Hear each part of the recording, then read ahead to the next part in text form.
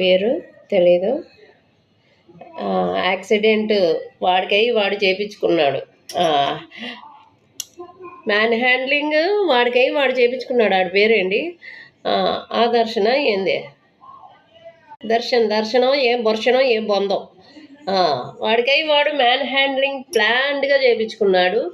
ఇప్పుడు పొలిటికల్ వైజ్గా నన్ను దెబ్బతీస్తున్నారు ఎవరు అని. వాళ్ళ పేరు చెప్పు. నీకు శత్రువులు ఎవరో పేరు చెప్పు రాదు. నీ నోరేమో మీడియా మైక్ ముందేగా ఉన్నావు. చెప్పు ఎవరు నిన్ను ఎవ్వరు పొలిటికల్లో వాళ్ళకి అసలు నీ ఊసే తెలియదు, నీ పేరే తెలియదు. ఎందుకు వాళ్ళ మీద పడుతున్నావు? పొలిటికల్ మీద. నీకు మెంబర్షిప్ ఇదేంటంటే సీట్ ఇవ్వలేదనా పొలిటికల్లో? నీ సోది మొహోడా. మళ్ళీ ఇంకొక ఆయన పాస్టర్ పగడాలంట. ఆయన తాగి ఆయన ఎల్లు గుద్దుకున్నాడో లేకపోతే అది కోఇన్సిడెంటో అది దేవుడికే తెలియాలి. యాక్సిడెంట్ అంటే it is a common in human life. అది మన ప్రాణాలు మన చేతిలో లేనప్పుడు యముడు రెడీగా ఉంటాడు తీసుకెళ్ళడానికి.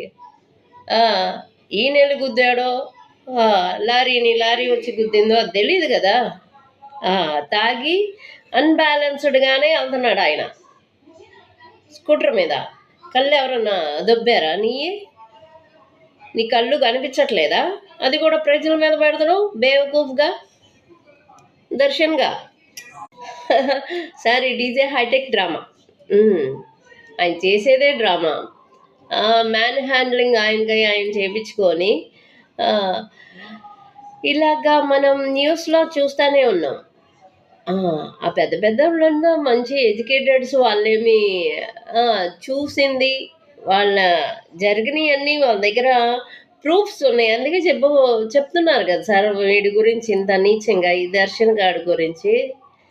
అది గవర్నమెంట్కి తెలుసు ఎవరు ఎలాంటిది అనేది. పొలిటికల్ వాళ్ళ మీద పడ్డాడయ్యా. వాళ్ళ సీట్ ఇవ్వలేదంట వీడికి.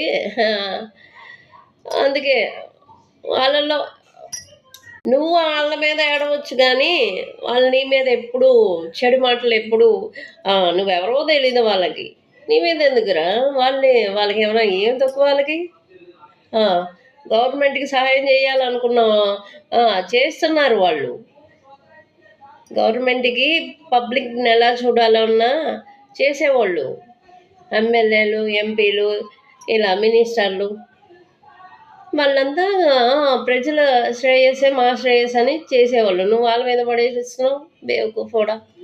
వాడిది డ్రామా అని తెలిసి